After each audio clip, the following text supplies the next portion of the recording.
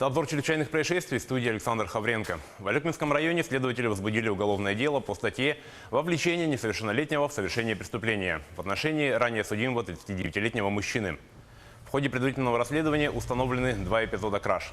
Добычей преступников стали алкогольные напитки, соки, бытовые товары и продукты питания из контейнеров, расположенных на территории одного из магазинов Алекминска.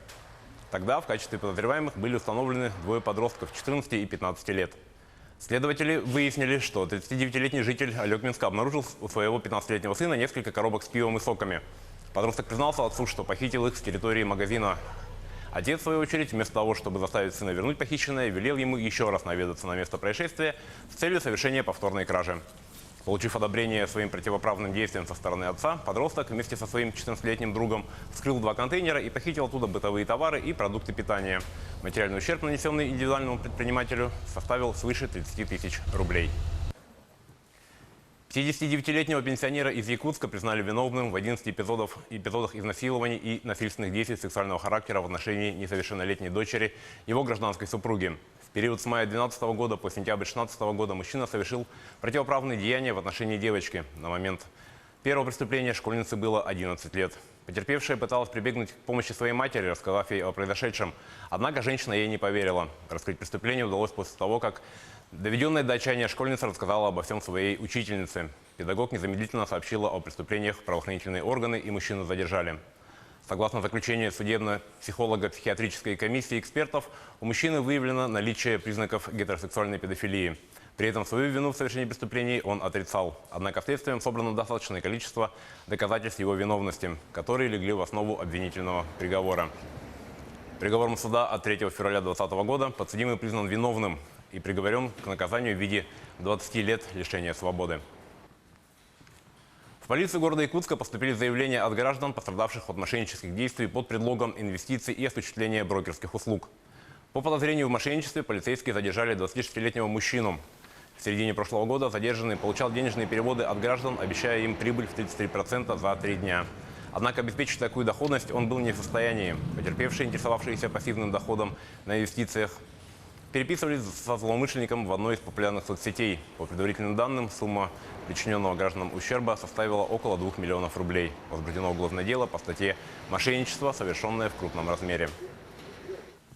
43-летнему жителю Удачного позвонил неизвестный, представился сотрудником банка и заявил, что с его счета произошло несанкционирование списания денежных средств, и ему необходимо заблокировать карту.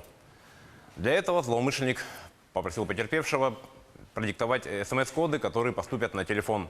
После того, как заявитель выдал мошеннику всю необходимую информацию, с его карты произошло списание 96 тысяч рублей.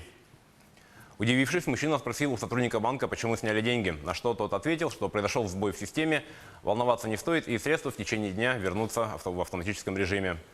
Далее, в тот же день, потерпевшему снова поступил звонок якобы из банка. Звонивший сообщил, что на его имя одобрен кредит. На следующий день потерпевший отправился в банк, где оформил кредит в размере более 2 миллионов рублей. Затем, следуя указаниям телефонного афериста, в целях обеспечения сохранности денежных средств, перевел все свои деньги на безопасный счет. После этого мошенник перестал выходить на связь, а мужчина обратился в полицию. И к международным новостям. На греческом острове Лесбос в понедельник произошло столкновение между полицией и эмигрантами, возмущенными плохими условиями жизни в лагерях для беженцев. Они рассчитаны на 3000 человек, но их население уже превысило 19 тысяч человек. Греческая полиция пустила в ход баллоны со слезоточивым газом для разгона манифестаций беженцев и мигрантов на острове Лесбос. Сотни людей, в числе которых были женщины и дети, двинулись маршем к главному городу Митилини. Они несли транспаранты, на которых были начертаны требования к местным и центральным властям. Главное из них – создание нормальных условий в жизни в лагерях и ускорение процесса рассмотрения прошений о предоставлении убежища. По ходу шествия вспыхивали беспорядки и попытки прорвать полицейские кордоны, преграждающие путь. Реакция стражей порядка, налетевшая в них камни и оскорбительные выкрики, была довольно жесткой.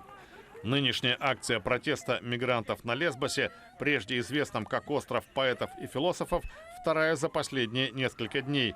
В январе здесь прошли митинги и демонстрации местных жителей, недовольных наплывом чужаков и связанными с этим проблемами. Правительство в Афинах разрабатывает планы по переселению прибывших из стран Африки и Ближнего Востока мигрантов с островов в материковую Грецию. На прошлой неделе власти объявили о намерении оградить Лесбос плавучим барьером, чтобы не допустить высадки на берег новых партий потенциальных переселенцев, пытающихся попасть в Европу по морю. Это была рубрика «Чрезвычайные происшествия». Берегите себя.